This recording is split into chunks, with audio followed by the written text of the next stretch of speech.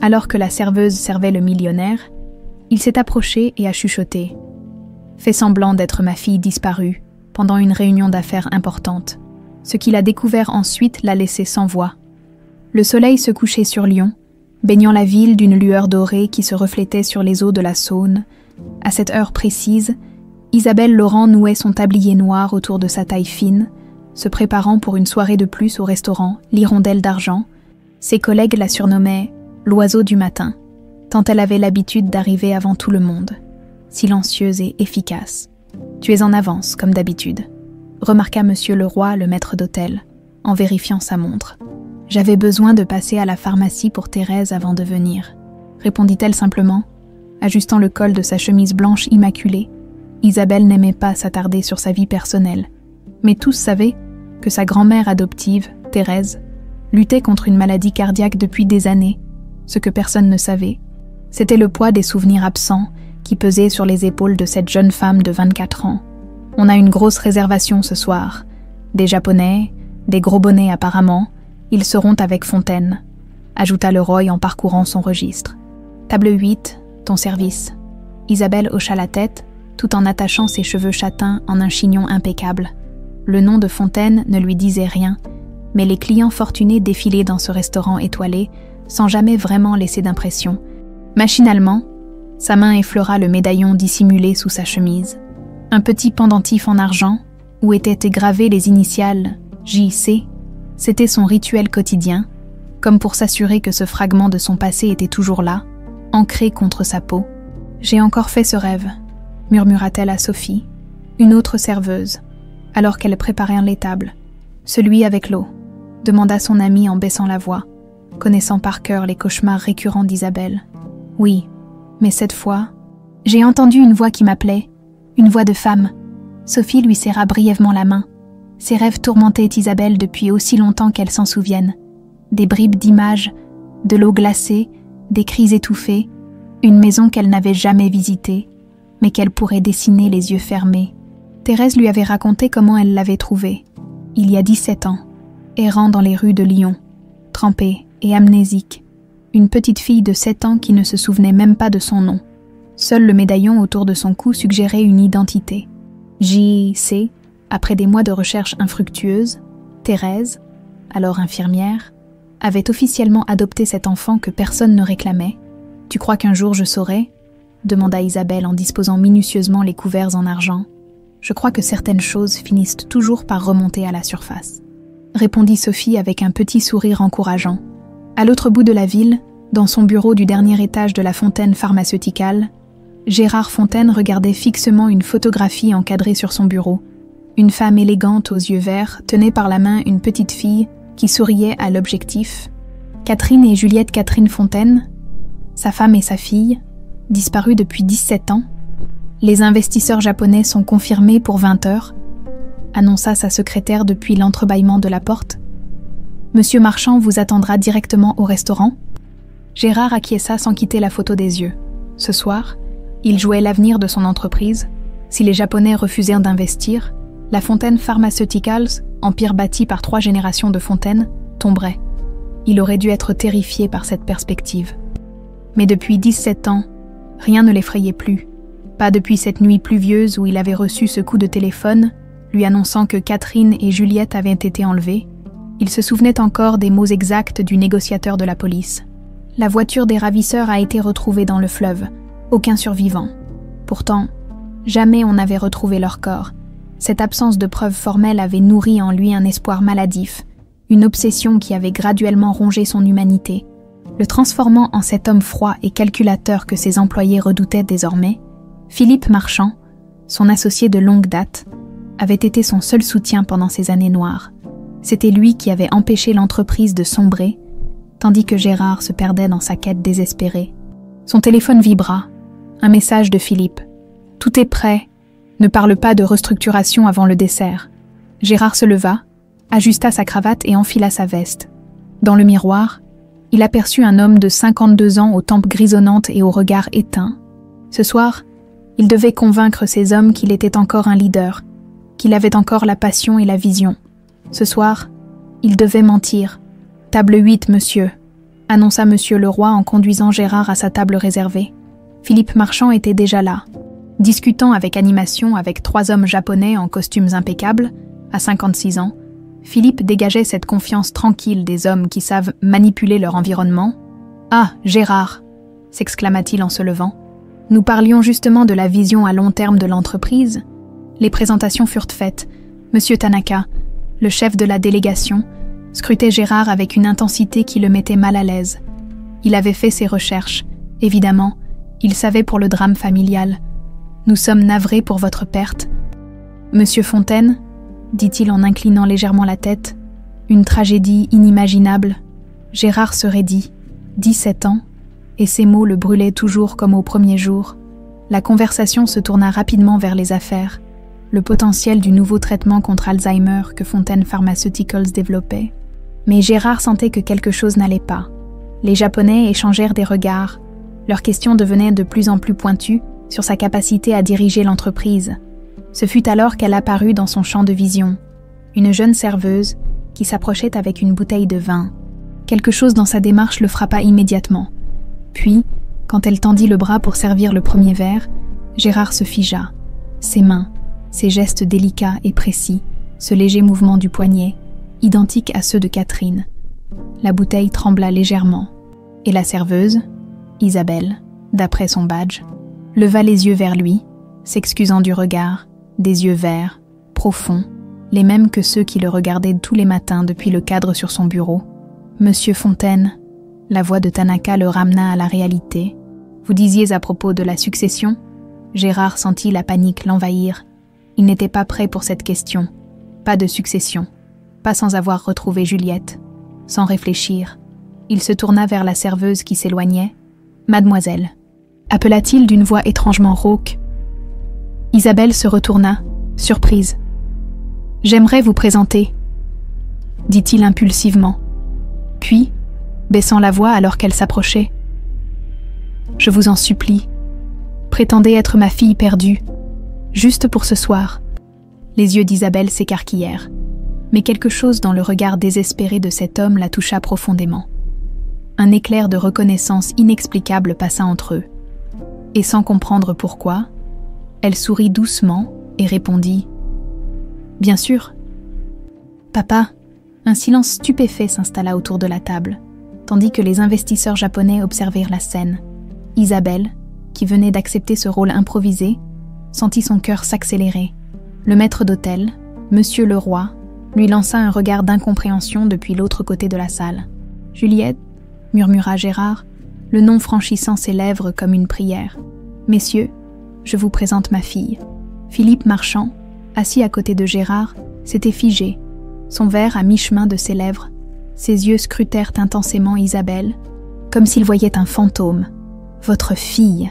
s'étonna Monsieur Tanaka, les sourcils levés. « Mais nous pensions que les rumeurs de sa disparition ont été exagérées. » intervint Gérard avec un sourire forcé, posant une main tremblante sur l'épaule d'Isabelle. « C'est une longue histoire. Nous gardons cela discret pour des raisons de sécurité. » Isabelle, prise au dépourvu, s'efforça de paraître naturelle. Elle s'inclina légèrement vers les hommes d'affaires. « C'est un plaisir de vous rencontrer. »« Messieurs, » dit-elle avec une assurance qui la surprit elle-même. « Mademoiselle Laurent » siffla Monsieur le Roi qui s'était approché. « Que faites-vous ? Vous êtes en service ?» Gérard se tourna vers le maître d'hôtel, son regard soudainement dur et autoritaire. Bien loin de la vulnérabilité qu'il avait montrée l'instant d'avant, « J'ai demandé à ma fille de se joindre à nous. Si vous avez un problème avec cela, vous pouvez en discuter avec le propriétaire, qui, je crois, apprécie nos réservations mensuelles. » Le ton ne souffrait aucune réplique. Monsieur le Roi s'inclina légèrement et s'éloigna, non sans jeter un regard d'avertissement à Isabelle. « Asseyez-vous avec nous, » dit Gérard en tirant une chaise. « S'il vous plaît ?» L'hésitation d'Isabelle fut brève. Le désespoir qu'elle avait perçu dans les yeux de cet homme l'avait touchée d'une manière qu'elle ne pouvait expliquer. Et puis, quelque chose en elle, une curiosité, peut-être, la poussait à accepter ce jeu étrange. « Bien sûr », acquiesça-t-elle en prenant place. Sentant le poids des regards des autres serveurs, Philippe se pencha vers elle, un sourire calculateur sur les lèvres. Quelle merveilleuse surprise. Gérard ne m'avait pas dit que vous seriez là ce soir, Juliette. Il y avait quelque chose dans sa façon de prononcer ce prénom. Comme s'il testait sa réaction, un frisson inexplicable parcourut l'échine d'Isabelle. C'était une décision de dernière minute, répondit-elle prudemment. Monsieur Tanaka semblait fasciné par ce développement inattendu. Et vous travaillez ici, au restaurant, plutôt qu'à l'entreprise familiale? Isabelle chercha une réponse appropriée, mais Gérard intervint. Ma fille a insisté pour faire ses propres expériences avant de rejoindre Fontaine Pharmaceutical. Une forme d'apprentissage du terrain, si vous voulez. Très japonais comme approche, approuva Tanaka avec un hochement de tête respectueux. L'humilité avant la responsabilité. La conversation dériva vers des sujets plus légers. La cuisine lyonnaise, les quartiers historiques de la ville. Isabelle observait Gérard du coin de l'œil. Il semblait transformé, comme si sa présence avait ravivé quelque chose en lui. Les traits tirés de son visage s'étaient adoucis, et parfois, quand il la regardait, elle y percevait une tendresse qui la troublait profondément. « Vous avez grandi dans une belle propriété en Normandie, n'est-ce pas, Juliette ?» demanda soudainement l'un des Japonais, prise au dépourvu. Isabelle chercha le regard de Gérard, qui semblait tout aussi anxieux qu'elle. « Oui, en effet, » répondit-elle lentement, se surprenant elle-même par les mots qui suivirent. Une grande maison avec un jardin de roses blanches. Mon père lisait souvent sous la pergola. Un silence étrange tomba sur la table. Le visage de Gérard était devenu blême. Philippe toussota nerveusement, mais les Japonais ne remarquèrent rien. Attendant qu'elle poursuive, il y avait une balançoire accrochée à un grand chêne, continua-t-elle, les images se formant spontanément dans son esprit, comme des bulles remontant à la surface d'un lac. Et parfois, quand il pleuvait, nous restions dans la bibliothèque. Mon père portait toujours des lunettes pour lire. Les mots s'échappaient de sa bouche sans qu'elle puisse les contrôler, comme des souvenirs longtemps enfouis qui surgissaient d'eux-mêmes, des images qu'elle avait toujours attribuées à ses rêves. Gérard la fixait maintenant avec intensité, ses mains agrippant le bord de la table si fort que ses jointures en étaient dents blanches. « C'est exactement ça, » murmura-t-il finalement. « Tu te souviens ?» Les Japonais échangèrent des regards appréciateurs, visiblement charmés par ce qu'ils interprétaient comme une complicité père-fille. « Et vous comptez rejoindre l'entreprise bientôt ?» demanda Tanaka en se tournant vers Isabelle, à nouveau. Gérard voulut répondre, mais Isabelle le devança. « J'envisage de prendre la tête de la nouvelle division de recherche sur les traitements neurologiques, » affirma-t-elle avec une assurance qui la sidéra elle-même. « Les troubles de la mémoire sont un sujet qui me touche personnellement. » Les yeux de Philippe se plissèrent. « Tiens donc, je ne savais pas que Gérard prévoyait d'ouvrir une telle division. C'est un projet dont nous discutons en privé, » intervint Gérard, saisissant l'opportunité. « En fait, c'est une des directions que nous souhaiterions développer avec votre investissement, messieurs. » Les Japonais semblèrent soudain beaucoup plus intéressés. Monsieur Tanaka se pencha en avant. « Le marché des traitements contre les troubles de la mémoire est en pleine expansion au Japon.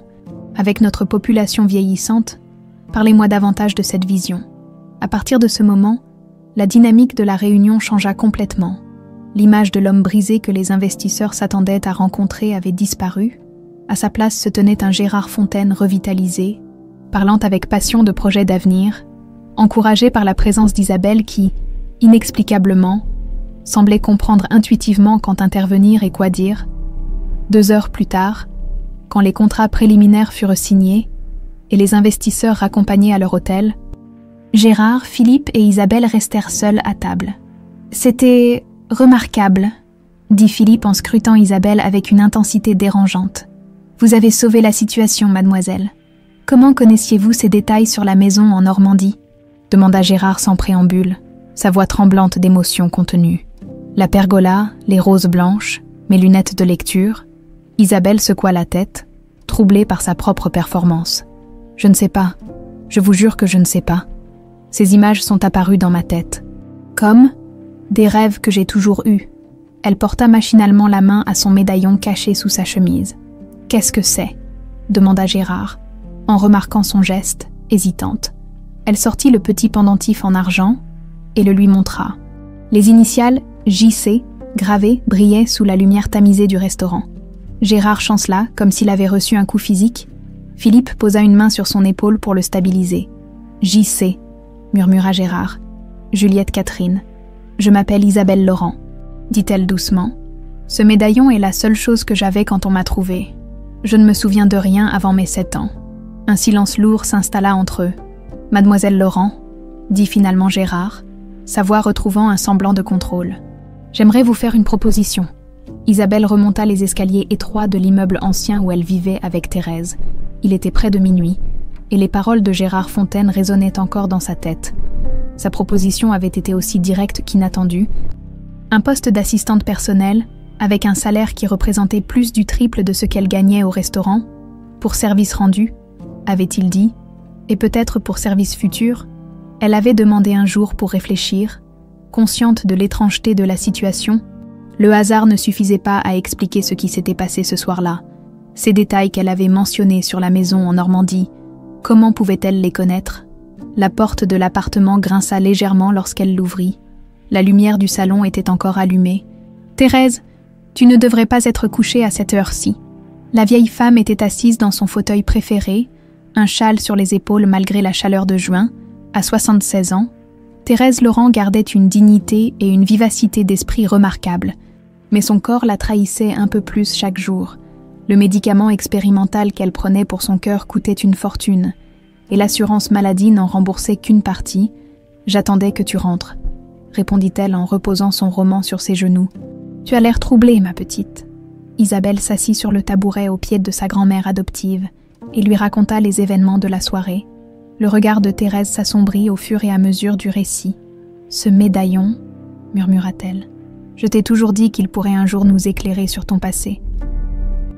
Tu crois que cet homme pourrait être lié à moi, à ma famille d'avant ?» Thérèse prit les mains d'Isabelle dans les siennes, des mains ridées mais toujours fortes, celles d'une femme qui avait travaillé dur toute sa vie. « Ma chérie, je t'ai trouvé errant près de l'hôpital où je travaillais. Tu étais trempée, terrorisée, pendant des semaines. Tu n'as pas prononcé un mot. Les services sociaux n'ont jamais trouvé ta famille. » Elle hésita. « Ou du moins, c'est ce qu'ils m'ont dit. Gérard Fontaine a perdu sa femme et sa fille il y a 17 ans. » Dit doucement Isabelle. Sa fille s'appelait Juliette Catherine, JC. Un silence lourd s'installa dans le petit salon aux murs jaunis par le temps, dans la cuisine adjacente. Le robinet qui fuyait marquait les secondes de son goutte-à-goutte régulier. « Accepte ce travail, » dit finalement Thérèse. « Si ce n'est que pour l'argent, ça nous aiderait déjà énormément. Et si c'est plus que ça ?» Isabelle hocha la tête, serrant les mains de sa grand-mère adoptive. « Je commencerai lundi prochain. » Le siège de Fontaine Pharmaceutical occupait un immeuble moderne aux façades de verre dans le quartier d'affaires de la Part-Dieu. Isabelle, vêtue du tailleur le plus professionnel qu'elle avait pu s'offrir, se sentait intimidée en franchissant les portes automatiques du hall le lundi matin. Mademoiselle Laurent, une réceptionniste élégante, l'accueillit avec un sourire commercial. « Monsieur Fontaine vous attend au 15e étage. Je vais vous accompagner. » L'ascenseur aux parois miroirs renvoyait l'image d'une Isabelle nerveuse mais déterminée. Depuis la soirée au restaurant, elle avait fait des recherches sur Gérard Fontaine et son entreprise. Fontaine Pharmaceuticals était un géant français de l'industrie, spécialisé dans les traitements cardiaques et neurologiques. Le kidnapping et la disparition présumée de Catherine et Juliette Fontaine avaient fait la une des journaux 17 ans auparavant. « Voici votre badge, il vous donne accès aux étages principaux », expliqua la réceptionniste en lui tendant une carte magnétique. « Le bureau de Monsieur Fontaine est au bout du couloir. » Les portes de l'ascenseur s'ouvrirent sur un étage baigné de lumière naturelle. Des employés en costume s'affairaient entre les bureaux. Plusieurs d'entre eux lui jetèrent des regards curieux. Alors qu'elle avançait dans le couloir, arrivée devant la porte indiquée, elle frappa doucement. « Entrez », répondit une voix familière. Le bureau de Gérard Fontaine était spacieux et élégamment meublé, avec une vue panoramique sur Lyon. L'homme se leva pour l'accueillir, et elle fut frappée par le changement dans son apparence. Il semblait plus jeune, plus vivant que lors de leur rencontre au restaurant. « Mademoiselle Laurent, je suis ravie que vous ayez accepté ma proposition. » Il lui indiqua un siège face à son bureau, sur le mur derrière lui. Isabelle remarqua une peinture qui lui sembla étrangement familière. Un jardin de roses blanches sous un ciel d'été. « C'est, » commença-t-elle en fixant le tableau. « Le jardin de la maison en Normandie, » confirma Gérard, suivant son regard. « Celle que vous avez décrite avec une précision troublante. » Un silence s'installa entre eux, chargé de questions non formulées. « Je ne comprends pas ce qui se passe, » admit finalement Isabelle. « Ces images, ces détails, Ils sont dans ma tête depuis aussi longtemps que je me souvienne. Dans mes rêves. Gérard s'apprêtait à répondre, quand la porte s'ouvrit brusquement. Philippe Marchand entra, un dossier à la main. Il s'arrêta net en voyant Isabelle. « Oh, je ne savais pas que tu avais de la visite, Gérard. »« Pas de la visite, ma nouvelle assistante personnelle, » corrigea Gérard. « Mademoiselle Laurent a accepté de nous rejoindre. » Philippe s'approcha, scrutant Isabelle avec une intensité troublante. « Vraiment, comme c'est inattendu. » Il lui tendit la main. Nous nous sommes rencontrés brièvement au restaurant. Philippe Marchand, directeur des opérations et vieil ami de Gérard. Isabelle serra sa main, notant la froideur de sa paume. « Enchanté, monsieur Marchand. » Philippe était là quand Gérard s'éclaircit la gorge. Il a été un pilier pour l'entreprise, et pour moi personnellement après la disparition de ma famille, un pilier qui s'inquiète des décisions impulsives, répliqua Philippe avec un sourire forcé. « Gérard, puis-je te parler en privé ?» Les deux hommes sortirent dans le couloir, mais Isabelle pouvait entendre des bribes de leur conversation animée à travers la porte, et complètement irrationnelle, une ressemblance fortuite, médaillon avec les initiales, trop de coïncidences, te fait des illusions, dangereux pour l'entreprise. Quand ils revinrent, Philippe arborait un sourire de façade. Mais ses yeux restèrent froids. « Bienvenue parmi nous, mademoiselle Laurent. J'espère que vous vous plairez ici. » Une fois Philippe parti, Gérard s'excusa pour cette interruption. « Je comprends ses réserves, » dit Isabelle. « Embauchez quelqu'un que vous connaissez à peine. Sur un coup de tête. » « Ce n'est pas un coup de tête, » l'interrompit doucement Gérard. « C'est de l'intuition, quelque chose que j'avais perdu depuis longtemps. » Il lui tendit un dossier contenant son contrat et une description détaillée de ses fonctions. « Pour commencer, j'aimerais que vous m'aidiez à préparer la présentation pour le conseil d'administration de la semaine prochaine. Nous allons annoncer l'ouverture de cette fameuse division de recherche neurologique que vous avez si brillamment inventée. » Isabelle sourit, surprise. « Vraiment, ce n'était qu'une improvisation, une inspiration plutôt, » corrigea Gérard. « Et une excellente idée selon nos investisseurs japonais. » Alors qu'elle parcourait les documents, Gérard l'observait avec une intensité qui la troublait. « Il y a autre chose, » ajouta-t-il finalement. « Une faveur personnelle, si vous acceptez. » Il ouvrit un tiroir de son bureau et en sortit une vieille photo. Une femme élégante aux cheveux châtains et aux yeux verts, les mêmes qu'Isabelle, tenait par la main une petite fille souriante d'environ 6 ans. « Ma femme, Catherine, et notre fille, Juliette, » dit-il, la voix légèrement tremblante. « J'aimerais comprendre ce qui nous lie, ces détails que vous connaissez, ce médaillon. Si vous êtes d'accord, j'aimerais entreprendre des recherches plus approfondies. » Isabelle regarda longuement la photo, un sentiment étrange lui serrant la poitrine. La petite fille sur l'image portait une robe d'été blanche et un médaillon autour du cou. « D'accord, » murmura-t-elle. « Cherchons ensemble. » 2 semaines s'étaient écoulées depuis qu'Isabelle avait commencé à travailler pour Gérard Fontaine. Chaque matin, en franchissant les portes vitrées du siège de l'entreprise, elle ressentait ce mélange étrange de familiarité et d'incongruité, comme si elle jouait un rôle qui n'était pas le sien, mais qui lui allait parfaitement. Ce matin-là, elle préparait des documents pour une réunion quand un détail attira son attention sur l'écran. Une ancienne publicité pour un médicament cardiaque développé par Fontaine Pharmaceuticals. La photo montrait une famille, un père, une mère et une petite fille, souriant dans un parc, une famille modèle pour vendre l'image rassurante d'un traitement médical. C'était l'idée de Catherine, dit Gérard qui venait d'entrer dans le bureau, remarquant ce qu'elle regardait. Ma femme pensait que les gens feraient davantage confiance à un médicament si la famille du créateur l'utilisait elle-même. C'était pour ça, demanda Isabelle surprise. Les gens dans cette publicité, c'est vraiment vous et... Catherine souffrait d'une légère arythmie cardiaque, expliqua-t-il en s'asseyant sur le coin du bureau. C'est d'ailleurs ce qui m'a poussé à me spécialiser dans ce domaine. Une connexion inattendue se fit dans l'esprit d'Isabelle.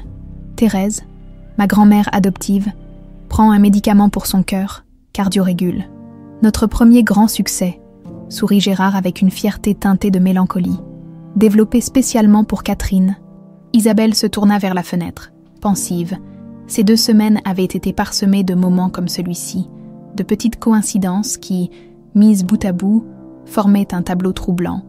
Les investisseurs japonais ont confirmé le financement initial pour la division neurologique, annonça-t-elle, changeant de sujet. Ils sont impressionnés par la rapidité avec laquelle vous avez monté le projet. Gérard hocha la tête, mais son esprit semblait ailleurs. Isabelle, commença-t-il avec hésitation. J'ai engagé quelqu'un, un détective privé, elle se raidit légèrement, pour enquêter sur moi. Sur ce qui vous est arrivé, sur cette période dont vous ne vous souvenez pas. Un silence s'installa entre eux, uniquement rompu par le bourdonnement discret de la climatisation. J'aurais dû vous en parler avant, admit Gérard, mais j'avais peur que vous refusiez. Isabelle se leva et s'approcha de la peinture du jardin aux roses blanches qui ornait le mur. Les médecins disaient que c'était une amnésie traumatique, dit-elle doucement, que mon cerveau avait effacé les souvenirs trop douloureux pour me protéger, qu'il pourrait revenir, ou pas. Elle se tourna vers Gérard, une détermination nouvelle dans le regard. Je veux savoir, même si c'est douloureux, même si ça change tout. Cette nuit-là, le cauchemar fut plus vivace que jamais, l'eau glacée, les cris, une main qui lâche la sienne, une voix de femme qui hurle. Cours, Juliette, des phares qui troutent l'obscurité, le bruit assourdissant d'une voiture qui plonge dans l'eau, et ce froid terrible qui l'engourdit jusqu'à ce qu'elle ne sente plus rien. Isabelle se réveilla en sursaut, le corps trempé de sueur, le souffle court. À côté d'elle, le réveil indiquait 3h17 du matin.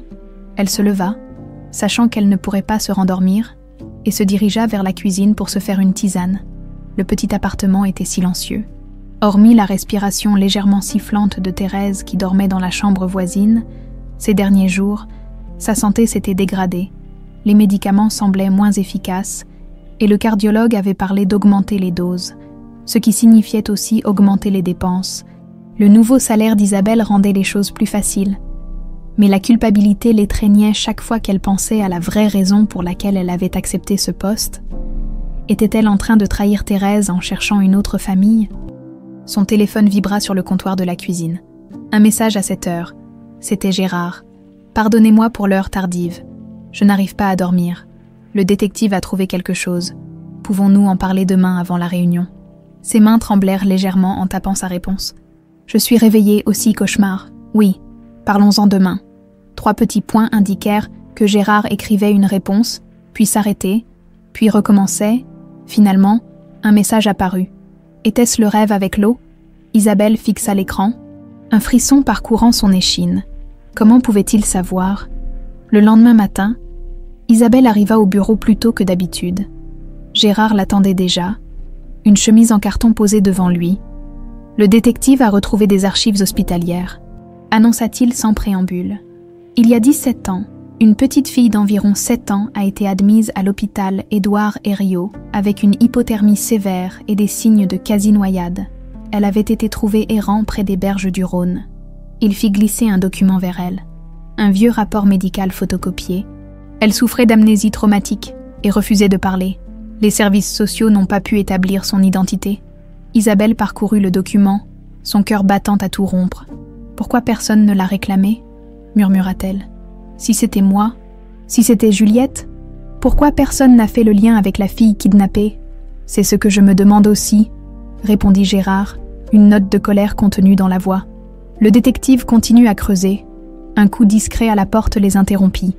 Philippe Marchand entra sans attendre de réponse, un dossier sous le bras. « Je dérange », demanda-t-il en remarquant les documents étalés entre eux. « Nous préparions la réunion », mentit Gérard en rassemblant rapidement les papiers. Philippe s'approcha, son regard s'attardant sur les documents à moitié dissimulés. « Bien sûr », dit-il avec un sourire qui n'atteignait pas ses yeux. « Je voulais justement te parler du projet neurologique. J'ai quelques inquiétudes concernant le budget. » Pendant qu'ils discutaient, Isabelle observait Philippe. Quelque chose dans son attitude la mettait mal à l'aise. Cette façon qu'il avait de la fixer quand il pensait qu'elle ne le remarquait pas. La journée se poursuivit avec une succession de réunions. Vers midi, alors qu'Isabelle se rendait à la cafétéria, elle reçut un appel du centre hospitalier. « Mademoiselle Laurent, c'est à propos de votre grand-mère. Elle a fait un malaise ce matin et a été transportée aux urgences. Le monde sembla s'arrêter autour d'elle. Est-ce qu'elle va bien ? Elle est stable pour le moment. Mais les médecins voudraient vous parler. » Isabelle se précipita dans le bureau de Gérard pour l'informer de la situation. « Prenez ma voiture. » insista-t-il immédiatement. « Mon chauffeur vous conduira plus vite que les transports en commun. » Alors qu'elle rassemblait ses affaires, il ajouta doucement « Voulez-vous que je vous accompagne ?» La proposition la surprit, mais elle fut touchée par l'offre. « Non, merci. Vous avez la réunion du conseil. Philippe peut la gérer. » Elle hésita, puis secoua la tête. « Ça ira. Je vous tiendrai informé. » Dans la voiture luxueuse qui filait vers l'hôpital, Isabelle se surprit à penser que c'était justement là que tout avait commencé. Dans un hôpital, 17 ans plus tôt, quand une infirmière nommée Thérèse avait trouvé une petite fille perdue et l'avait prise sous son aile. Pendant ce temps, dans le bureau de Gérard, Philippe ouvrait discrètement le tiroir où son associé avait rangé les documents du détective. Il les parcourut rapidement, son visage se durcissant à mesure de sa lecture. Lorsqu'il referma le tiroir, sa décision était prise. Il sortit son téléphone et composa un numéro qu'il n'avait pas utilisé depuis des années. « C'est moi », dit-il à voix basse. « Nous avons un problème. Elle est vivante et elle commence à se souvenir. » Les couloirs de l'hôpital dégageaient cette odeur caractéristique de désinfectant qui rappelait tant de souvenirs à Isabelle. Enfant, elle avait passé ses premières semaines conscientes dans un lieu semblable, avant que Thérèse ne la prenne chez elle. Mademoiselle Laurent, un médecin d'une 50aine d'années, l'accueillit avec une expression grave. « Je suis le Döder. Moreau, cardiologue, votre grand-mère a subi un incident cardiaque sévère ce matin. » Isabelle serra les poings, se préparant au pire. « Est-ce qu'elle... » « Elle est stable pour l'instant, » la rassura immédiatement le médecin. « Mais je dois être franc avec vous. Son cœur est très affaibli. Le cardiorégule ne suffit plus à réguler son rythme cardiaque. Nous avons dû lui poser un pacemaker temporaire en urgence. » « Un pacemaker ?» répéta Isabelle, assimilant l'information. « Et ensuite ? Elle aurait besoin d'une intervention chirurgicale plus permanente. Malheureusement, son état actuel la rend trop fragile pour une opération de cette envergure. » Le médecin hésita avant de poursuivre. « Il existe un nouveau traitement, encore expérimental, qui pourrait stabiliser son état suffisamment pour envisager une chirurgie, mais il n'est pas encore remboursé par la sécurité sociale. »« Quel est le prix ?» demanda Isabelle, déjà mentalement en train de calculer ses économies. Quand le DR, Moreau, mentionna le montant, son cœur se serra, même avec son nouveau salaire. Cela représentait plusieurs mois de revenus. « Je comprends, » dit-elle doucement. « Puis-je la voir ?» Thérèse semblait avoir vieilli de 10 ans en quelques heures, allongée dans son lit d'hôpital, reliée à diverses machines. Elle paraissait si fragile. Pourtant, quand elle vit Isabelle, son visage s'éclaira. « Ma petite, ne fais pas cette tête, j'en ai vu d'autres. » Isabelle s'assit au bord du lit et prit sa main. « Le médecin dit que tu as besoin d'un nouveau traitement. À mon âge, on ne répare plus. » « On colmate, » sourit faiblement Thérèse. « Ne te ruine pas pour moi. Ne dis pas ça, on va trouver une solution. » Elles parlèrent pendant une demi-heure, jusqu'à ce que Thérèse montre des signes de fatigue, alors qu'Isabelle s'apprêtait à partir. La vieille femme retint sa main. « Je n'ai jamais regretté, tu sais, » dit-elle avec une soudaine intensité, « de t'avoir prise avec moi ce jour-là, même si ce n'était peut-être pas tout à fait régulier. » Isabelle fronça les sourcils, ne comprenant pas complètement ce que Thérèse voulait dire. « Repose-toi, je reviendrai demain. » Dans le couloir, elle vérifia son téléphone et trouva 3 messages de Gérard demandant des nouvelles. Elle l'appela. « Comment va-t-elle » demanda-t-il immédiatement. Isabelle lui expliqua la situation, incluant les coûts prohibitifs du traitement expérimental, un silence suivi, puis « Fontaine Pharmaceuticals a un programme d'aide aux patients, pour les cas comme celui-ci, je vais m'arranger pour que Thérèse y soit admise. » « Je ne peux pas accepter ça, » protesta-t-elle. « C'est trop. Ce n'est pas une faveur personnelle, Isabelle. C'est ce que nous faisons pour des dizaines de patients chaque année. » Elle hésita, déchirée entre sa fierté et le besoin urgent de Thérèse. « D'accord, merci. Autre chose, » ajouta Gérard. « Le détective a découvert quelque chose d'étrange. Selon les registres de l'hôpital, la police a été informée de l'arrivée d'une enfant non identifiée, mais il n'y a aucune trace de cette notification dans les archives policières. » « Que voulez-vous dire ? » « Ça...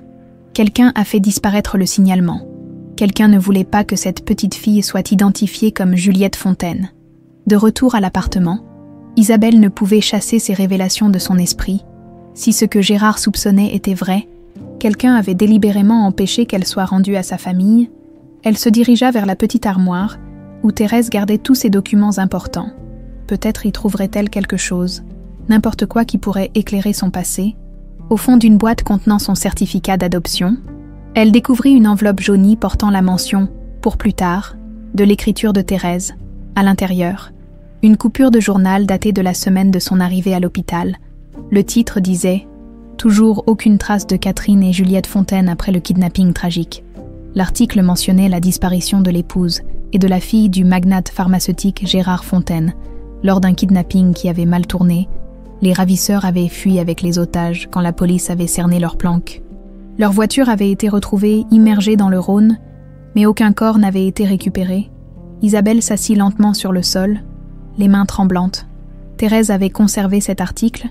Elle avait fait le lien, au moins comme possibilité. Son téléphone sonna, la faisant sursauter. C'était un numéro inconnu. Mademoiselle Laurent. Une voix masculine, professionnelle. « Je suis le Dedeur, Lefebvre, hypnothérapeute.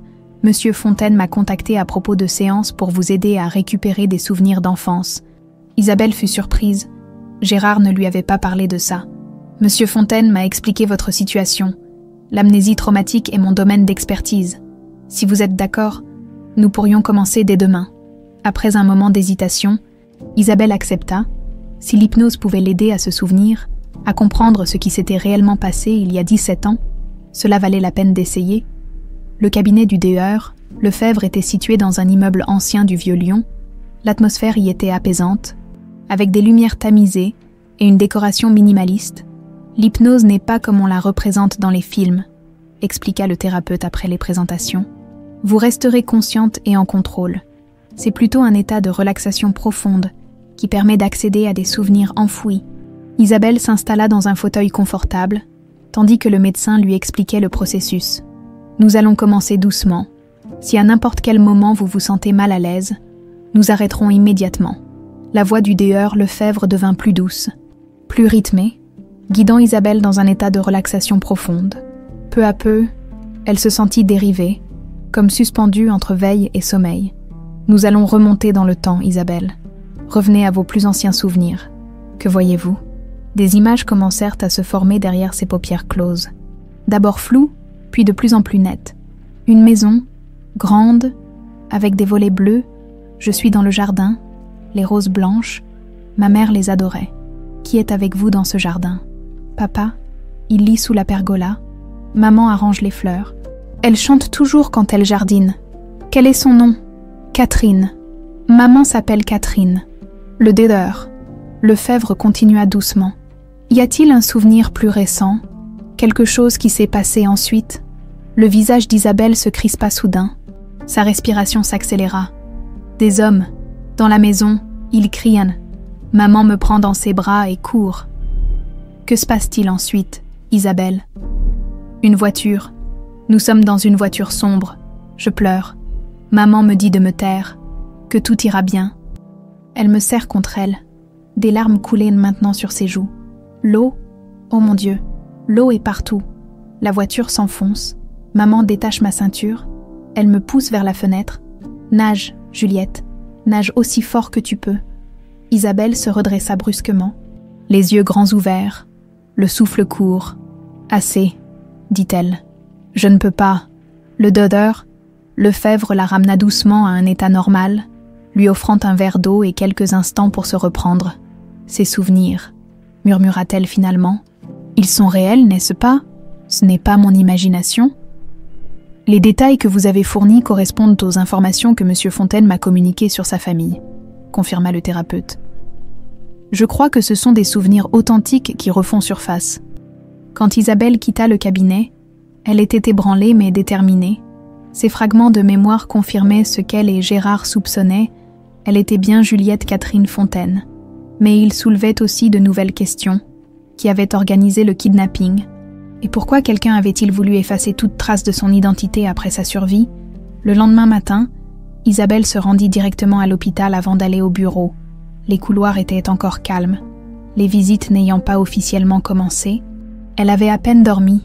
Les souvenirs revenus sous hypnose tournant en boucle dans son esprit, devant la chambre de Thérèse, elle fut surprise de trouver le DER, Moreau en pleine discussion avec un homme en costume qu'elle reconnut immédiatement. Monsieur Fontaine. Gérard se tourna vers elle, une expression de soulagement traversant son visage. Isabelle, je suis venu voir comment se portait votre grand-mère et discuter du programme de soutien aux patients. Le DER, Moreau hocha la tête, visiblement impressionné. Monsieur Fontaine a personnellement approuvé l'inclusion de Madame Laurent dans le programme expérimental. C'est inhabituel, mais extrêmement généreux. Comment va-t-elle ce matin ? Demanda Isabelle, partagée entre gratitude et malaise face à cette situation. Plus stable, le pacemaker temporaire fonctionne bien, nous pourrons commencer le nouveau traitement dès aujourd'hui. Après le départ du médecin, Isabelle et Gérard restèrent seuls dans le couloir. « Merci », dit-elle doucement, « mais vous n'auriez pas dû vous déplacer vous-même. Je voulais m'assurer personnellement que tout était en ordre. » Il hésita un instant. « Et aussi, vous parlez de ce que le docteur Lefebvre m'a rapporté ?» Isabelle se raidit légèrement. « Il vous a raconté ma séance. Seulement les grandes lignes. Avec votre permission signée, ces souvenirs, Isabelle, ils concordent exactement avec ce qui s'est passé cette nuit-là. Des détails que personne ne pouvait connaître, sauf quelqu'un qui y était, compléta-t-elle dans un murmure. Un silence lourd s'installa entre eux, chargé d'émotions contenues. « Je voudrais voir Thérèse maintenant », dit finalement Isabelle. « Seule, si vous permettez ?» Gérard acquiesça. « Bien sûr, je serai au bureau. Prenez votre temps aujourd'hui. » Quand Isabelle entra dans la chambre, elle fut frappée par le changement dans l'apparence de Thérèse. Le traitement d'urgence semblait déjà faire effet. Ses joues avaient repris un peu de couleur et elle était assise, feuilletant distraitement un magazine. « Tu as de la visite importante à ce que je vois », remarqua Thérèse avec un petit sourire. « Le grand patron lui-même. » Isabelle s'assit près du lit. « Il a arrangé ton admission au programme expérimental. » Très généreux de sa part. Le regard de Thérèse devint plus perçant. Ou peut-être pas si désintéressé que ça. Isabelle sortit lentement de son sac la coupure de journal qu'elle avait trouvée. « Tu as gardé ça toutes ces années. Tu savais qui j'étais, n'est-ce pas ?» Le silence qui suivit sembla s'étirer indéfiniment. Finalement, Thérèse soupira, comme si un poids trop longtemps porté s'échappait enfin de ses épaules. « Je n'étais pas certaine, pas au début. » Sa voix était basse, presque un chuchotement. « Tu es arrivé à l'hôpital dans un état terrible, trempé, en hypothermie, ne parlant pas, personne ne savait qui tu étais. » Elle ferma brièvement les yeux, rassemblant ses souvenirs. « J'étais infirmière en service cette nuit-là. C'est moi qui me suis occupée de toi. Tu portais ce médaillon avec les initiales JC.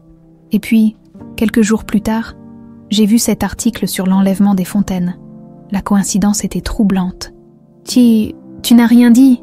demanda Isabelle, incrédule. « J'ai essayé », répondit Thérèse, une note de frustration dans la voix. « J'ai signalé la correspondance possible à mon supérieur, qui a dit qu'il contacterait la police. Mais rien n'est jamais arrivé. Quand j'ai redemandé, on m'a assuré que la police avait exclu tout lien. » Elle se redressa légèrement, grimaçant sous l'effort. Puis un jour, un homme est venu, élégant, autoritaire. Il a dit être de la protection de l'enfance. Mais quelque chose chez lui me mettait mal à l'aise. Il a examiné ton dossier, posé des questions. Après son départ, ton dossier a mystérieusement disparu des archives. Et toi, tu devais être transférée dans un orphelinat public.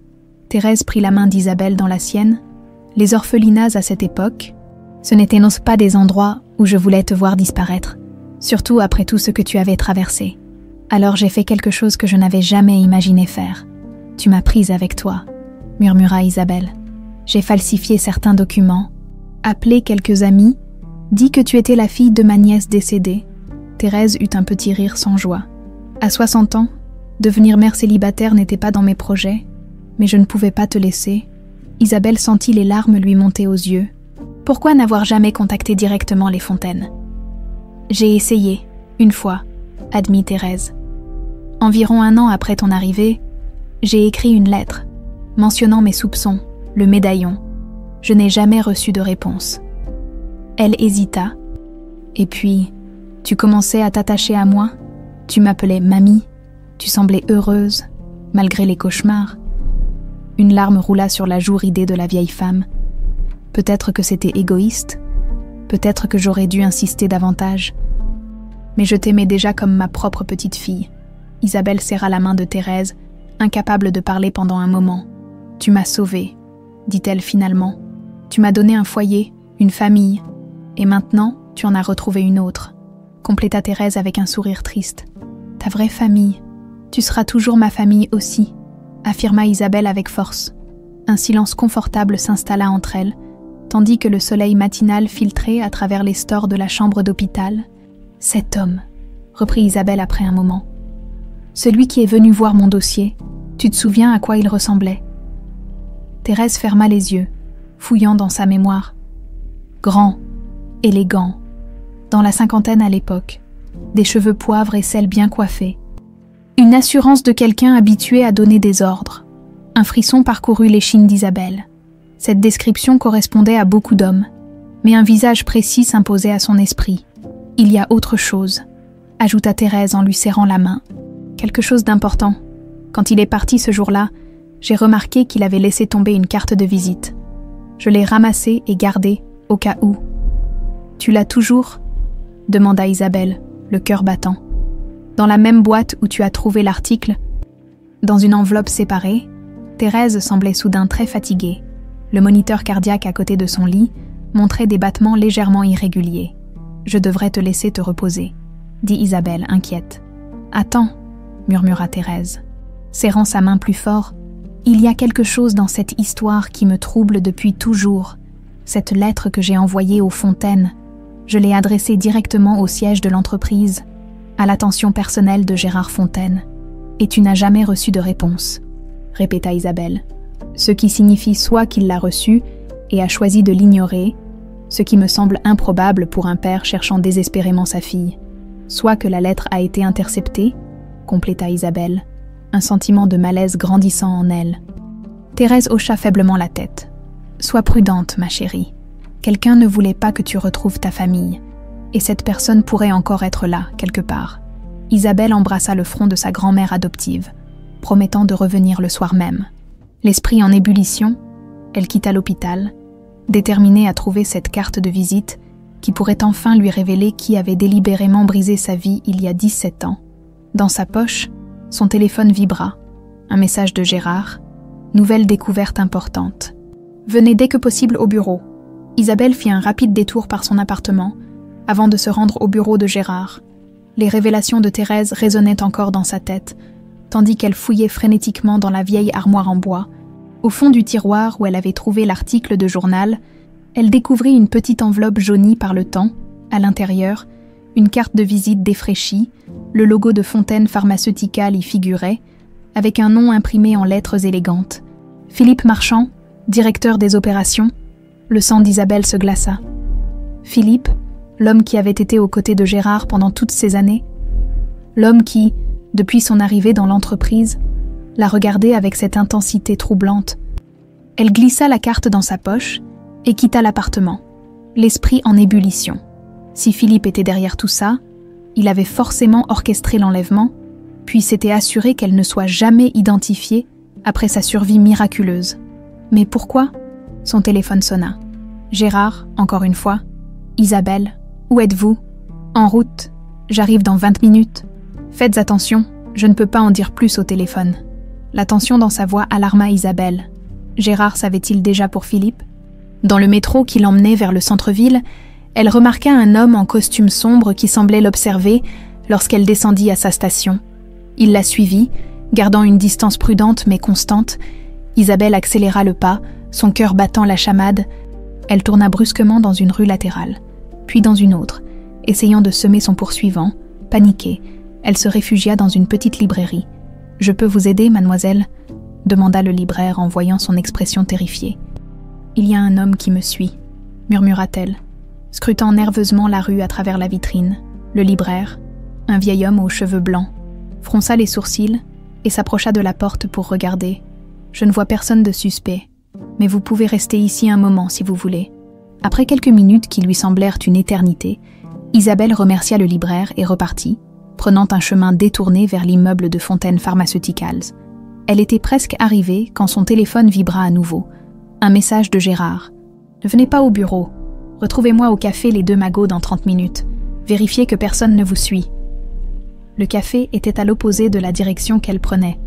Perplexe mais alarmée, Isabelle changea de direction, prenant soin de vérifier régulièrement derrière elle. Quand elle arriva enfin au café, Gérard était déjà là, assis dans un coin discret, une expression grave sur le visage. Il portait un chapeau et des lunettes de soleil, comme s'il essayait de passer inaperçu. « Qu'est-ce qui se passe ?» demanda-t-elle en s'asseyant. « J'ai découvert quelque chose. » Il baissa la voix. « Des documents dans l'ordinateur personnel de Philippe, des preuves qu'il était en contact avec les ravisseurs avant le kidnapping. » Isabelle sortit lentement la carte de visite et la posa sur la table. « C'est lui qui est venu à l'hôpital, qui a fait disparaître mon dossier. » Gérard fixa la carte, son visage blêmissant. « Mon Dieu, pendant toutes ces années, il était juste à côté de moi. » Sa voix se brisa. « Je lui faisais confiance. Pourquoi aurait-il fait ça ?» demanda Isabelle. « L'argent, le pouvoir, à l'époque, j'étais en train de développer un traitement révolutionnaire. Les projections financières étaient astronomiques. Si je disparaissais, il aurait tout récupéré, » compléta Isabelle. « Mais le plan a mal tourné, » continua Gérard. « Les ravisseurs ont paniqué quand la police les a trouvés. Ils ont fui avec Catherine et toi. La voiture est tombée dans le Rhône. »« Ma mère, » murmura Isabelle. « Dans mes souvenirs sous hypnose, je la vois me pousser hors de la voiture qui s'enfonce. »« Elle t'a sauvée, » dit doucement Gérard, les larmes aux yeux. Un silence chargé d'émotions s'installa entre eux. « Qu'allons-nous faire maintenant ?» demanda finalement Isabelle. « J'ai contacté mon avocat et un ami haut placé dans la police. Nous avons rendez-vous demain matin pour porter plainte formellement. Mais Philippe ne doit pas savoir que nous avons découvert la vérité. » Gérard se pencha en avant, l'expression grave. « Il est dangereux, Isabelle. S'il soupçonne que nous savons, il pourrait tenter quelque chose de désespéré. J'ai été suivie aujourd'hui, » admit-elle. « Un homme dans le métro. » Le visage de Gérard se durcit. « Ça a déjà commencé. Vous ne pouvez pas rentrer chez vous ce soir. Ce n'est pas sûr. Mais Thérèse, je vais arranger une protection pour elle à l'hôpital. Vous devez rester caché jusqu'à demain. » Gérard lui tendit une clé. « C'est une maison secondaire que je possède à la périphérie de Lyon. Peu de gens connaissent son existence. Vous y serez en sécurité pour la nuit. » Isabelle prit la clé, soudain consciente de la gravité de la situation. « Et vous ? Je dois retourner au bureau comme si de rien n'était. Philippe ne doit pas se douter que je sais. » Ils se séparèrent, avec la promesse de se retrouver le lendemain matin pour se rendre ensemble chez l'avocat. Au même moment, dans son bureau à Fontaine Pharmaceuticals, Philippe Marchand terminait une conversation téléphonique. Elle sait tout. La vieille infirmière lui a parlé. Il fit une pause, écoutant son interlocuteur. « Non, je ne peux pas attendre. Ça doit être réglé ce soir. » Il raccrocha, puis ouvrit un tiroir verrouillé de son bureau. À l'intérieur, une petite fiole contenant un liquide transparent. Il la glissa dans sa poche et quitta son bureau d'un pas décidé. La maison de Gérard était une élégante villa située sur les hauteurs de la ville. Avec une vue imprenable sur Lyon, Isabelle s'y sentit étrangement à l'aise, comme si elle reconnaissait l'atmosphère des lieux. La façon dont les meubles étaient disposés, les tableaux au mur, elle explorait le salon quand elle remarqua une série de photos encadrées sur une étagère. L'une d'elles montrait une femme tenant par la main une petite fille devant un jardin de roses blanches, la même photo que Gérard gardait dans son bureau. Dans une autre, plus ancienne, un jeune Gérard tenait dans ses bras un bébé enveloppé dans une couverture rose. Derrière eux, une maison aux volets bleus, exactement comme dans ses souvenirs d'hypnose. Soudain, son téléphone sonna, la faisant sursauter. C'était l'hôpital. « Mademoiselle Laurent, c'est l'infirmière de garde. Votre grand-mère a demandé à vous voir de toute urgence. Elle dit que c'est une question de vie ou de mort. » Isabelle hésita, se rappelant les avertissements de Gérard. Est-ce qu'elle va bien ? Son état est stable, mais elle est très agitée. Elle insiste pour vous parler immédiatement. Isabelle sentit l'inquiétude l'envahir. Et si Thérèse avait des informations cruciales à lui communiquer ? Dites-lui que j'arrive. Elle essaya d'appeler Gérard pour l'informer, mais tomba sur sa messagerie après une brève hésitation. Elle lui laissa un message expliquant où elle allait, puis quitta la maison. Dans sa précipitation, elle ne remarqua pas la voiture garée un peu plus loin dans la rue, ni l'homme qui démarra son moteur dès qu'elle sortit. À l'hôpital, Les couloirs étaient presque déserts en cette fin de soirée. Isabelle se dirigea rapidement vers la chambre de Thérèse.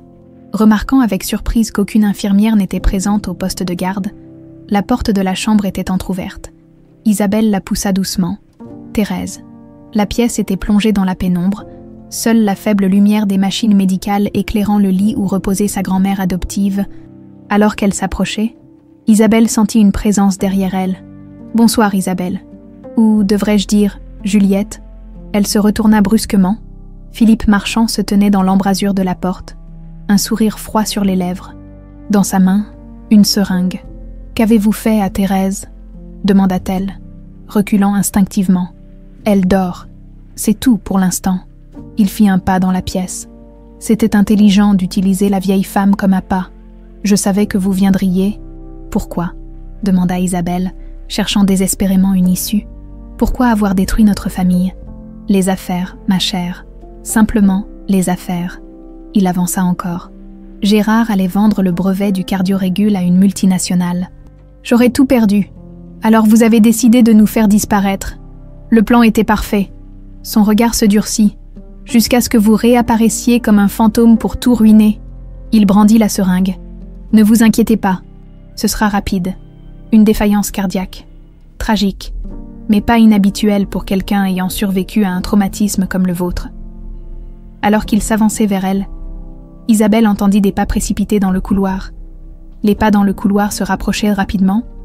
Philippe jeta un coup d'œil nerveux vers la porte, puis reporta son attention sur Isabelle, resserrant sa prise sur la seringue. « Il semblerait que nous ayons de la compagnie, » murmura-t-il. « Dommage, j'aurais préféré faire ça proprement. » Isabelle recula, jusqu'à ce que son dos heurte le mur, ses yeux cherchant désespérément une arme, une issue, n'importe quoi.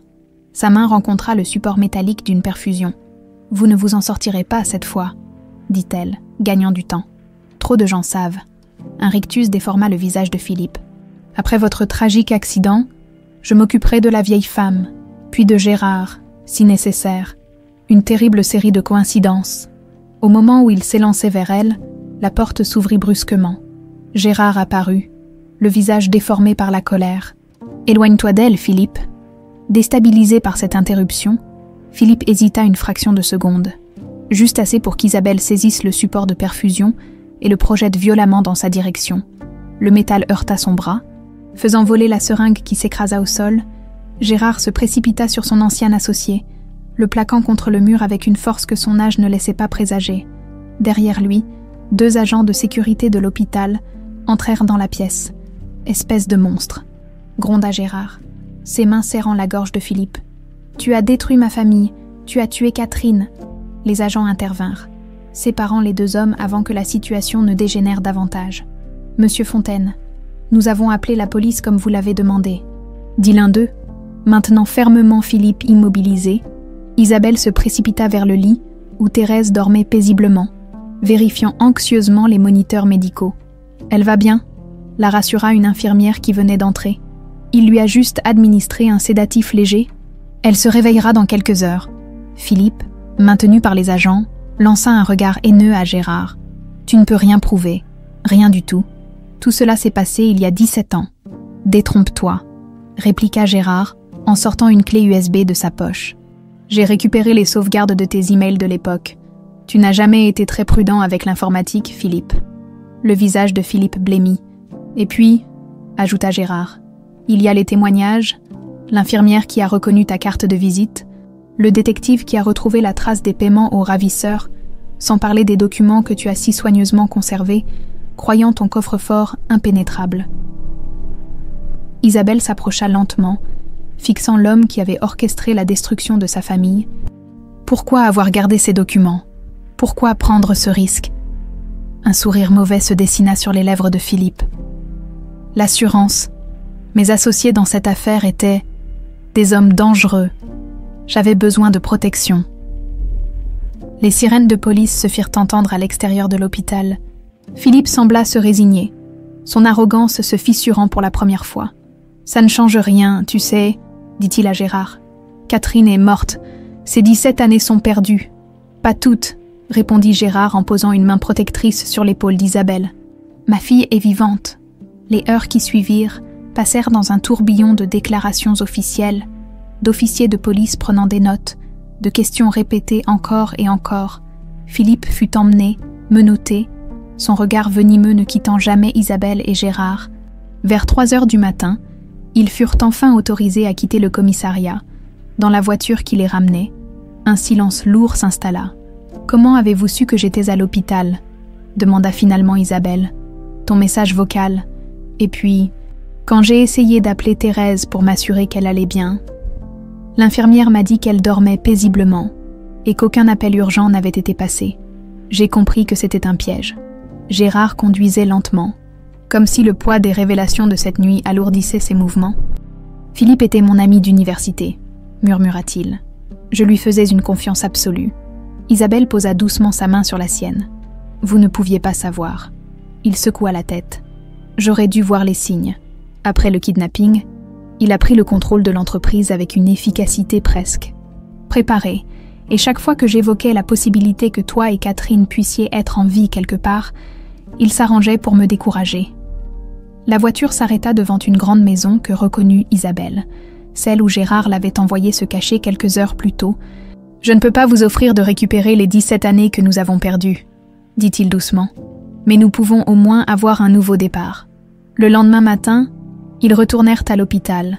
Thérèse était réveillée, son visage marqué par l'inquiétude, jusqu'à ce qu'elle les voie entrer. « Dieu merci, vous allez bien tous les deux, » soupira-t-elle. L'infirmière m'a raconté ce qui s'est passé. Isabelle s'assit à son chevet, tenant sa main ridée entre les siennes. « C'est fini, Thérèse. Philippe a été arrêté.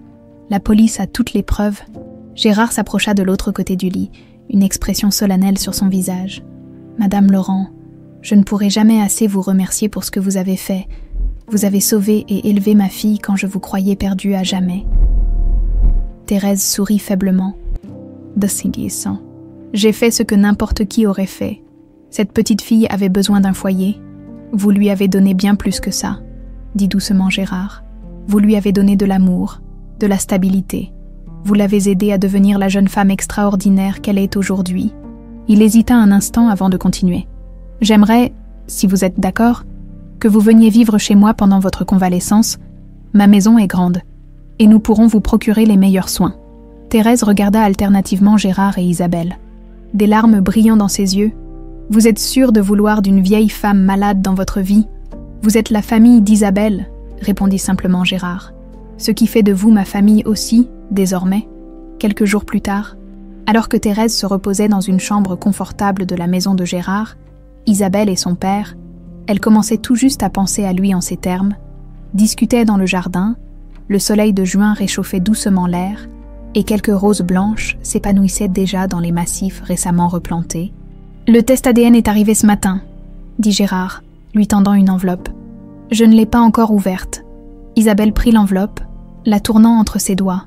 Ces derniers jours, malgré toutes les preuves, un doute persistait en elle. Et si tout cela n'était qu'une série de coïncidences extraordinaires, « Nous n'avons pas vraiment besoin de ça, n'est-ce pas ?» demanda-t-elle doucement. Gérard sourit, une expression paisible qu'elle ne lui avait jamais vue auparavant. « Non, nous n'en avons pas besoin. Je sais que tu es ma fille. Je l'ai su dès l'instant où j'ai vu tes mains servir ce vin au restaurant. » Isabelle ouvrit néanmoins l'enveloppe. Le rapport était formel. La correspondance génétique confirmait sans l'ombre d'un doute qu'elle était bien Juliette Catherine Fontaine, fille de Gérard et Catherine Fontaine. « Que ressens-tu » demanda Gérard après un moment de silence. Isabelle réfléchit, cherchant les mots justes pour exprimer le tourbillon d'émotions qui l'habitait. « C'est comme si je récupérais une partie de moi-même que je ne savais même pas avoir perdue, comme si un puzzle se complétait enfin. » Elle porta machinalement la main à son médaillon. Ce lien tangible avec son passé. Mais je m'inquiète aussi pour Thérèse. Sa santé est fragile. Et avec tout ce chamboulement, le traitement expérimental fonctionne, la rassura Gérard. Les médecins sont optimistes, et puis, elle est forte.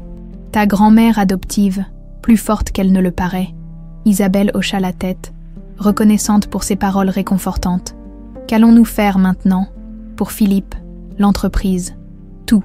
Philippe sera jugé, avec les preuves que nous avons. Il passera une bonne partie de sa vie en prison.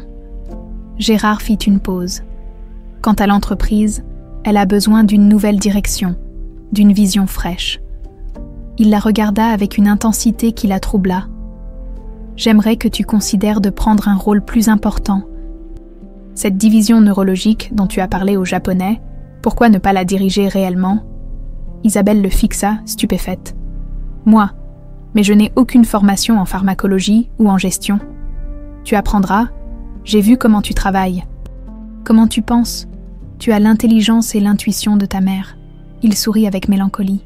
Catherine aurait été si fière de toi. 3 mois s'étaient écoulés depuis l'arrestation de Philippe Marchand. L'été touchait à sa fin, et un automne précoce teintait déjà les feuilles des arbres qui bordaient l'allée, menant au siège de Fontaine Pharmaceuticals. Isabelle, qui répondait désormais aussi au nom de Juliette, bien qu'elle ait choisi de conserver légalement les 2 prénoms, sortit de sa voiture et contempla la façade de verre du bâtiment.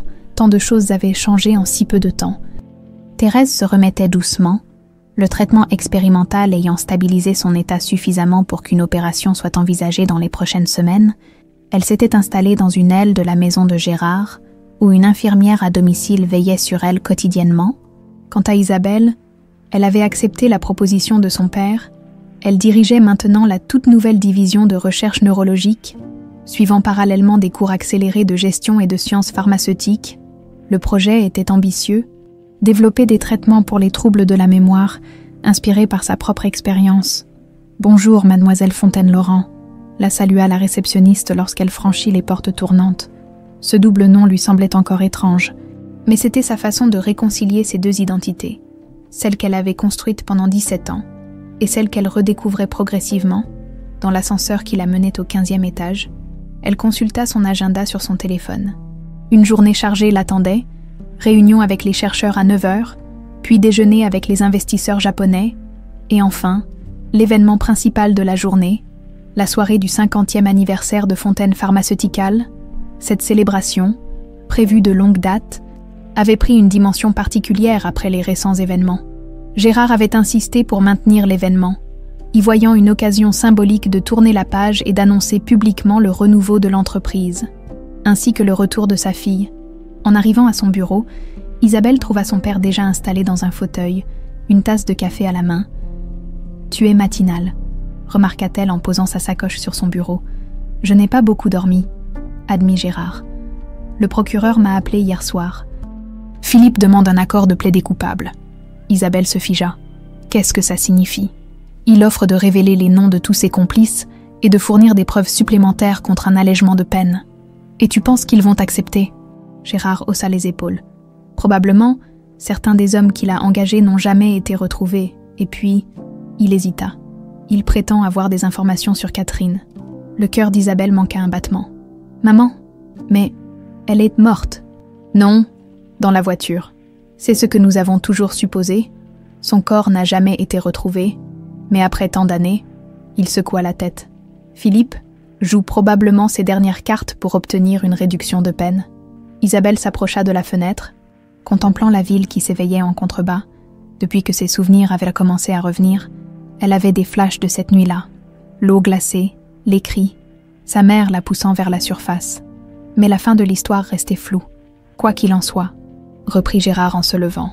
Aujourd'hui est un jour de célébration. 50 ans d'existence pour l'entreprise. Et un nouveau départ pour nous. Il posa une main affectueuse sur l'épaule de sa fille. Ta mère aurait adoré te voir diriger cette division. La recherche sur la mémoire, c'était sa passion aussi. La journée passa à une vitesse vertigineuse, entre réunions et préparatifs de dernière minute pour la soirée. À 19h, les invités commencèrent à arriver dans le grand hall du siège, transformé pour l'occasion en une salle de réception élégante. Isabelle, vêtue d'une robe bleu nuit, se tenait aux côtés de son père près de l'entrée, accueillant les dignitaires, partenaires commerciaux et employés de longue date. Beaucoup la regardaient avec curiosité. L'histoire de son retour avait fait sensation dans le cercle fermé de l'industrie pharmaceutique lyonnaise. « Tu te sens prête ?» murmura Gérard.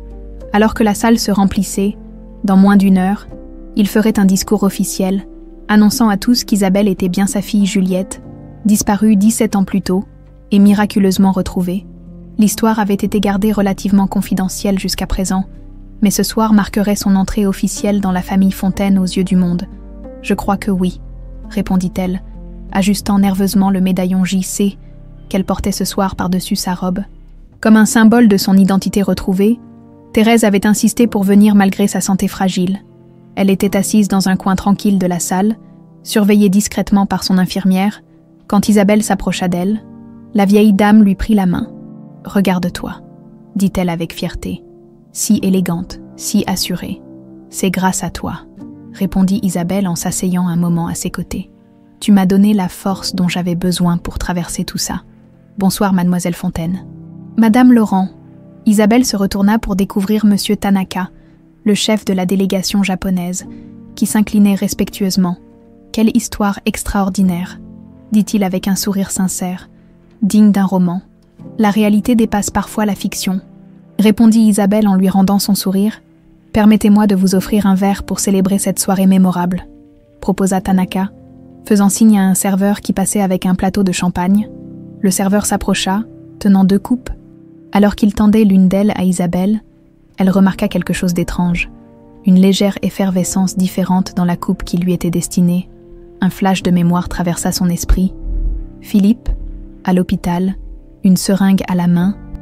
Parlant d'une défaillance cardiaque qui semblerait naturelle, d'un geste vif, elle recula sa main. « Excusez-moi », dit-elle en fixant le serveur dont le visage lui semblait soudain familier. « Nous nous sommes déjà rencontrés. » L'homme pâlit légèrement. « Je ne crois pas, mademoiselle. » Thérèse, qui observait la scène, plissa les yeux. « C'est l'un des hommes qui était avec Philippe à l'hôpital, » murmura-t-elle assez fort pour que Tanaka l'entende.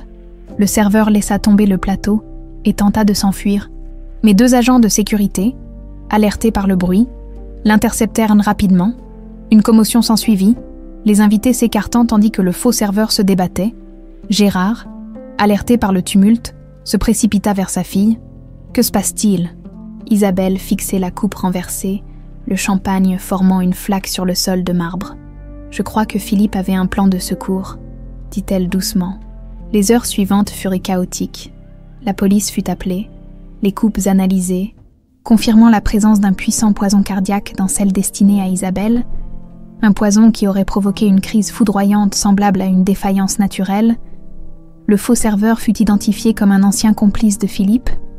Libéré de prison quelques mois plus tôt, sous la pression des interrogatoires, il révéla que Philippe lui avait promis une importante somme d'argent, placée sur un compte offshore, en échange de ce service. Il était près de minuit quand la police autorisa finalement la reprise de la soirée. Bien que de nombreux invités aient déjà quitté les lieux, secoué par l'incident, Gérard monta sur l'estrade, le visage marqué par l'émotion et la colère contenue. « Mes chers amis », commença-t-il, sa voix légèrement tremblante. Ce soir devait être une célébration de la résilience, celle de notre entreprise et celle de ma famille. Il fit une pause, cherchant Isabelle du regard. Il y a 17 ans, j'ai perdu ce qui m'était le plus précieux, ma femme, Catherine, et ma fille, Juliette. Pendant toutes ces années, j'ai cru qu'elles étaient mortes, victimes d'un accident tragique. Sa voix se raffermit. Ce que j'ignorais, c'est que cet accident était en réalité un acte délibéré, orchestré par un homme que je considérais comme mon ami et associé le plus proche. Un homme qui, même derrière les barreaux, continue de tenter de détruire ce qui reste de ma famille. Des murmures parcoururent la salle. Mais ce soir, malgré cette dernière tentative désespérée, je suis fière d'annoncer officiellement le retour de ma fille. Il tendit la main vers Isabelle, l'invitant à le rejoindre. « Mesdames et messieurs, permettez-moi de vous présenter Juliette Catherine Fontaine. » Le ciel de Normandie était d'un bleu limpide en ce matin d'automne. 6 mois s'étaient écoulés depuis la tentative d'empoisonnement lors de la soirée d'anniversaire de Fontaine Pharmaceutical, et la vie avait progressivement repris son cours. Différente mais apaisée, Isabelle, ou plutôt Isabelle Juliette, comme elle préférait désormais se faire appeler, réconciliant ses 2 identités, contemplait le jardin de roses blanches qui s'étendait devant la terrasse du manoir Fontaine. La propriété familiale, abandonnée après la tragédie 17 ans plus tôt, avait été restaurée ces derniers mois selon ses souvenirs d'enfance. Ravivée par les séances d'hypnose et les flashbacks qui surgissaient maintenant spontanément, les rosiers ont bien repris, remarqua Gérard en la rejoignant sur la terrasse. 2 tasses de café fumant à la main. Ta mère serait ravie. Isabelle accepta la tasse avec un sourire reconnaissant. Ces moments partagés avec son père étaient devenus précieux, comme s'ils essayaient tous 2 de rattraper le temps perdu. Tout en construisant une nouvelle relation, Le procès commence lundi, dit-elle doucement, ramenant la conversation vers le sujet qui occupait leurs pensées.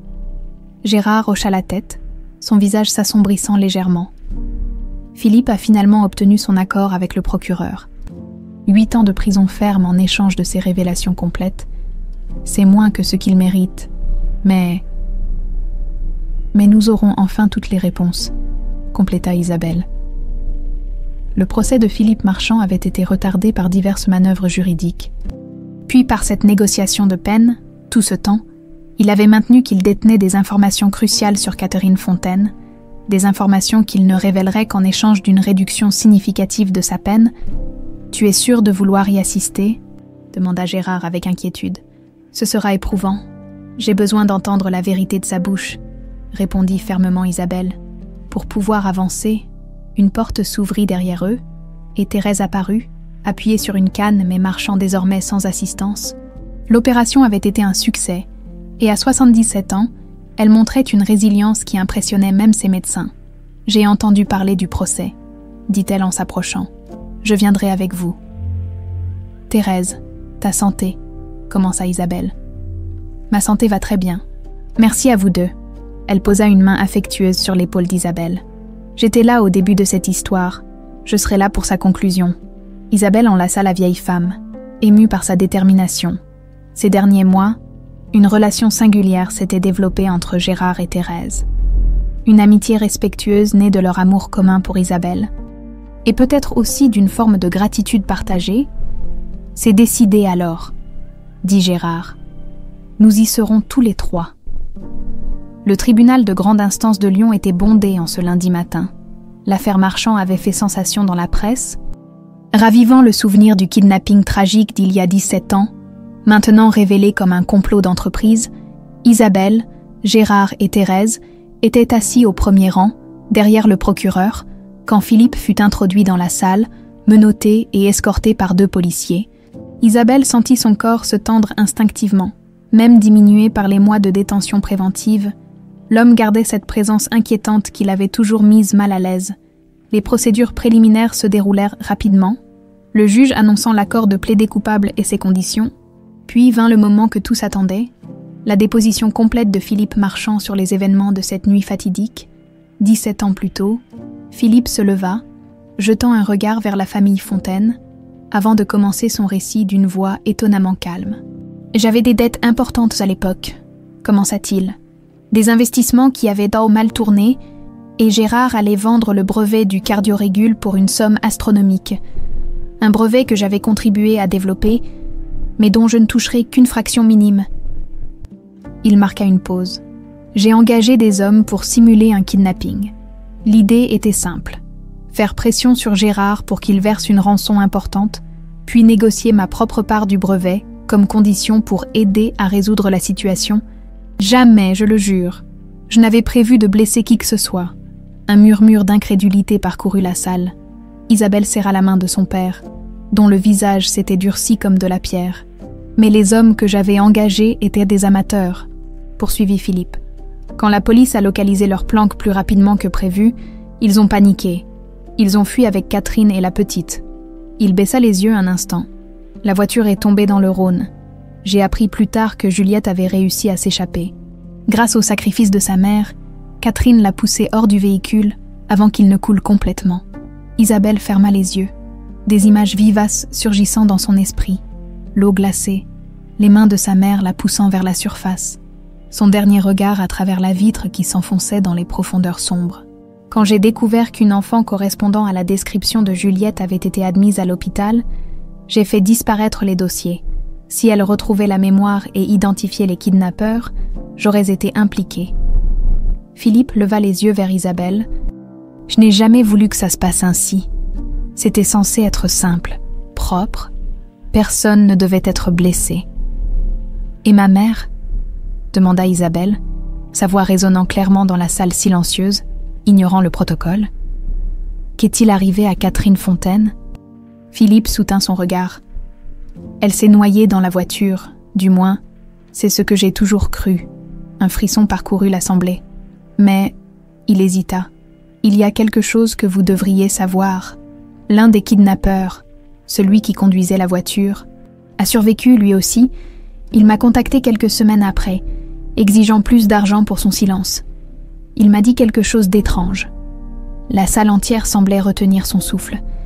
Il m'a dit que quand il a réussi à sortir de la voiture, il a vu une femme s'éloigner à la nage vers la rive. Il était trop préoccupé par sa propre survie pour la suivre, mais il était certain que Catherine avait survécu, au moins à ce moment-là. Gérard se leva brusquement. « Tu mens. Si elle avait survécu, elle serait revenue. » Philippe secoua la tête. « Pas nécessairement. Le choc, le traumatisme, l'eau glacée. Elle aurait pu souffrir d'amnésie, comme Juliette. Où est cet homme maintenant ?» demanda le procureur, reprenant le contrôle de l'audience. « Mort, une overdose, 2 ans plus tard. » Le reste de l'audience se déroula comme dans un brouillard pour Isabelle. Des détails techniques, des témoignages corroborant la version de Philippe, le jugement final confirmant sa peine réduite, mais une seule pensée occupait son esprit. Et si sa mère avait survécu, 2 semaines après le procès, Isabelle se tenait devant une pierre tombale nouvellement installée dans le petit cimetière adjacent au manoir Fontaine. Bien qu'aucun corps n'ait jamais été retrouvé, Gérard avait décidé qu'il était temps de donner à Catherine un lieu de repos symbolique, un endroit où il pourrait venir se recueillir et honorer sa mémoire. La pierre simple mais élégante portait l'inscription « Catherine Fontaine, 1970-2008, mère et épouse aimante, dont le courage a sauvé notre plus précieux trésor. » Gérard déposa un bouquet de roses blanches fraîchement cueillies du jardin qu'elle avait tant aimé. Elle adorait ces fleurs, dit-il doucement. Elle disait que leur parfum lui rappelait son enfance en Provence. Thérèse, qui s'était jointe à eux pour cette cérémonie intime, posa une main réconfortante sur l'épaule d'Isabelle. « Ta mère serait si fière de la femme que tu es devenue. » Après un moment de recueillement, ils retournèrent lentement vers la maison. Le soleil commençait à décliner, baignant le jardin d'une douce lumière dorée. « J'ai quelque chose à vous annoncer, » dit Isabelle, alors qu'ils s'installaient sur la terrasse. « J'ai pris une décision concernant la division neurologique. » Gérard la regarda avec curiosité. « Nous allons créer une fondation, » poursuivit-elle. « La fondation Catherine Fontaine pour les victimes de traumatisme et d'amnésie. Nous financerons des recherches, mais aussi des programmes d'accompagnement pour les personnes comme moi. » Son père hocha la tête, les yeux brillants de fierté et d'émotion. « C'est une idée magnifique. Et toi, Thérèse ?» ajouta Isabelle en se tournant vers sa grand-mère adoptive. « J'aimerais que tu en sois la présidente d'honneur. Personne ne comprend mieux que toi l'importance de tendre la main à ceux qui ont perdu leur chemin. » La vieille femme porta une main à sa bouche, émue. « Ma chérie, je serais honorée. » Un silence paisible s'installa entre eux. Uniquement troublée par le bruissement des feuilles, dans la brise légère, Isabelle sortit son médaillon JC et le contempla pensivement. « Je ne saurai peut-être jamais avec certitude ce qui est arrivé à maman cette nuit-là, » dit-elle doucement. « Mais une chose est sûre, son amour m'a sauvée. Il m'a portée à travers toutes ces années, même sans que je m'en souvienne. » Gérard prit sa main dans la sienne, tandis que Thérèse posait la sienne par-dessus. « Certains liens sont si forts que même l'oubli ne peut les briser, » murmura Thérèse. « L'amour trouve toujours son chemin vers la maison. » Comme pour confirmer ses paroles. Un parfum de rose blanche porté par le vent les enveloppa doucement, tandis que le soleil couchant illuminait une dernière fois le jardin ressuscité du manoir Fontaine.